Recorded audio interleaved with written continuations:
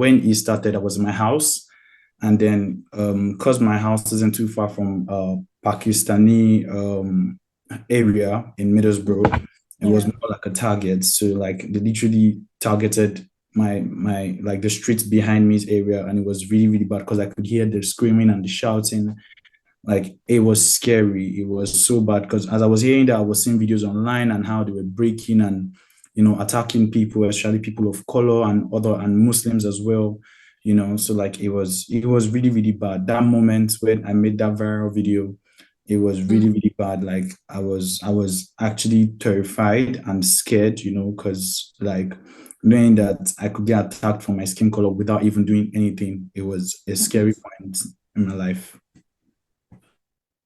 The major impact that it did to me is that because seeing the videos online and seeing the numbers of people that actually have this belief in their head that your skin color can actually be a reason why you do something or people do things, how you can stereotype people for their skin color. It has traumatized me now that when I walk the streets in Middlesbrough, I'm like looking back, looking left and right, especially because Middlesbrough is really white dominated. So that was why the impact was a lot more in Middlesbrough. Unlike other cities like London, Birmingham, they couldn't really have that much impact there because they have more, is more of a diverse community where we have like Caribbeans, Africans, Indians, and all. But Middlesbrough is more, it's more white dominated. So like, now I just look left and right. I'm always scared. Not like I'm always scared, but like I'm always wary. Like I'm very cautious of my environment now. Like if I hear a sound, I'm being careful of where I am right now. Like Yeah. literally, I wasn't like that before when I came because I've been here for about 2 years now. I wasn't like that when I came, but like since this riot now, like that is actually how I'm very wary of my environment. I'm very wary of where I am. I'm always locking my doors, double checking if my doors are locked, my windows. I don't really look outside. I don't even walking at night. I try to take cabs these days than, taking walks at night because, it's just scary because you don't even know who hates you. You don't know who has a problem with you. You don't know who can just, do something to you. And then for my family, like a lot of them are like, you need to move out of where you are. You need to move out of Middlesbrough. Like if you're in the UK, like go somewhere else. Like go somewhere with a more diverse community and all of that. So that's really how it has affected my family because they want me to move out of here. And I'm really, because my video really went viral everywhere, like in Nigeria, in Ghana, in a lot of countries, and even here in the UK as well.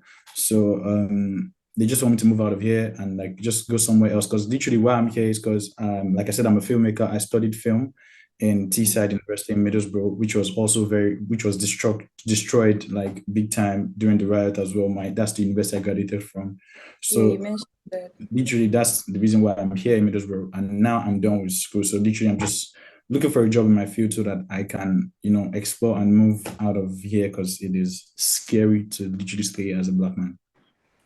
So speaking about the UK government, I wouldn't even lie, the UK government has been very helpful. Literally like 30 minutes into because while Middlesbrough protest was happening, another city, Rotterdam, was happening. So like in less than an hour, the new Prime Minister Kestama already, gave a speech and like they intensified the police everywhere. Like there were a lot of while it was happening, we had helicopters around. Like you could literally in the video I made, you could literally hear helicopters flying around, Yeah. and then police everywhere. There were police everywhere, but then the numbers were a lot at that time. But like literally less than an hour after the prime minister gave a speech, I also dropped a video of that on my TikTok page as Mhm. well. He gave a speech and where he condemned them, and that was where he named them as fire rights, and like they were gonna be charged, and he gave ways in which like so the court started sitting 24 hours just so that they could charge people immediately. And then people have been getting charged, people been getting to 6 months, 12 months in prison for this riot. So and literally I think that has helped a lot. I'm not even gonna lie, because apart from that Sunday, the 4th of August, when this thing was major, they planned on coming back on Wednesday, which is this Wednesday just passed. Mhm. And then I think because a lot of people got charged, a lot of people got sent to prison, because it wasn't just a riot. These guys were literally just looting, they were stealing, breaking people's stores. They were breaking stores that were not even owned by Black or Muslim people. They were breaking into Iceland's, breaking into Tesco's. These are like proper stores here that are owned by British people as well, you know. So like this was even a riot. So I believe after all of the things that the UK government did, you know, the police everywhere, you know, helicopters everywhere, and then the speech from the prime minister letting them know that, you know, condemning it, like they were no, this was he literally the prime minister literally condemned the actions that they did, you know, and people getting arrested, you know. So I won't lie, the UK government, kudos, they did really well to curb this thing happening. They did all of that, but I'm still telling you, I still feel unsafe walking around, you know, because I just feel like this thing is embedded in people like from like their childhood. Like you see like kids, even if you see the videos online, you would see kids, you know, you see people that like literally don't even know what they're fighting for. And then like I don't think there's anything I think what the UK government can do is just curb it in a little way, which is what they're doing. But like this thing is deep down like into people. Like this thing is deep down into people, and it is so sad. It is so sad that some people just feel like, oh, because you have a different skin color, you are better than I am. Like, I just do not understand it. But like, even before this riot thing happened, you know, because I currently work as a support worker, you know, and I've seen it happen like live. I've seen it happen like a lot of times when, you know, a lot of these people that you care for, you know, say all sort of disgusting and nasty things to you. Like, I made a video one time where, and I spoke about it, where a particular support worker I was working for that was actually helping, you know, supporting at that point, was asking me if I stay with lions and tigers in my Are house in you Africa. And I serious? looked at this guy like, I looked at him, I'm like, are you serious? And he was like, yeah, like, and he was genuinely curious, you know, like he was genuinely curious to be He asking doesn't me know. if I stay with lions. And, you know, so that day I was forced to bring out my phone and like, cause I'm a filmmaker, I had drone videos of my house back in Nigeria before I came to the UK. So I showed him the drone video of my house and I said, this is my estate in Nigeria in Lagos. Like, does this place look like where lions and tigers stay? Does it look like I'm staying in a hut? You know, and then he was surprised, but like I don't blame it a lot of them because even their media here in the UK, I'm not gonna lie, what they portray Africa is like, you know, Africa is where we have like kids with water around, like, you know, they don't have water, you know, flies around their mouths, like those are the kind of videos and the ads that they see on their TV and all. So like it goes down to re-education. It has to do with a lot of re-education, you know, like because this their media is not helping, you know, the folklore, which is like talk from father to father, from like generation down, is not also helping with the way racism is. It is ridiculous. I'm not even gonna lie, it is crazy. Especially because I'm in the northeast of the UK. Yeah. It is crazy. Like it's can't I don't think anything the government is doing can help it. I just feel like, you know, re-education can help it. And thanks to things like, you know, music, like movies, that are making Yeah. these guys know that like we are actually everyone is the same. If anybody has a problem, if anybody is bad, it is an individual thing. It is not a skin color or a religion or whatever. No, if you have a bad attitude, you have a bad attitude. If you are not raised well, you're not raised well. If you need to be a better person, you need to be a better person. It is Yes. not a race or skin color thing. And until this education is done to the ground roots of the UK and other countries like that, you know, I don't think it is going to change. I don't really think it's going to change. But yeah, I think it is.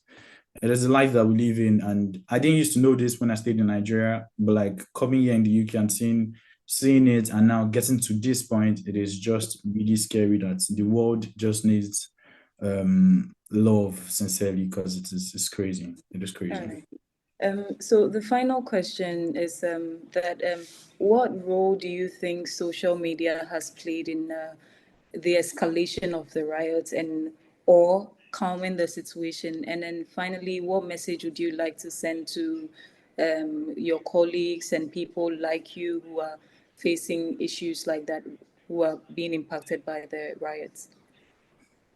Okay, so speaking on social media, I think like social media has done good and has done bad because I want to believe the reason why this riot got to this level is because of social media. You know, these people were able to communicate. They had like Telegram groups, they had like you know, Twitter, you know, they had like a lot of like social media platforms, TikTok especially, you know, was able to help them blow like get a lot more people to join them in this protest. So social media in that point was that's the negative point of it. But then speaking on the positive point of it, like compared this had happened in 2011 before, according to my research and the news. It had happened in the UK before, where people were protesting against blacks and other immigrants in the UK, and then unlike then, now we've got more proper content, videos proper to see these people that perpetrated in these things, people that were involved, highly involved in these things. The social media has been able to casts, which is like a Nigerian slang that we say, which is like casts these guys because like they have videos of them. We have high definition. You don't understand, like 1080p high Yeah. definition, 4K footage of people that were doing these things that are going to be arrested because so social media helped to put this out there, like people were able to know about it. And for instance, my video as well made over 700,000 views on TikTok. Do you understand? Like if not because of social media, that video was made in my house. This was while the riot was happening. It was made in my house while I was scared. That was when I made that video. But if not because of social media, like I won't be having this interview with you right now. People would have Yeah. seen that video. That video would have made it to the news and everywhere. To let them know that people need to stay safe, especially in the northeast of England where I'm based. So yeah, social media had been able to affect it in a bad way, which is negatively and also positively. So.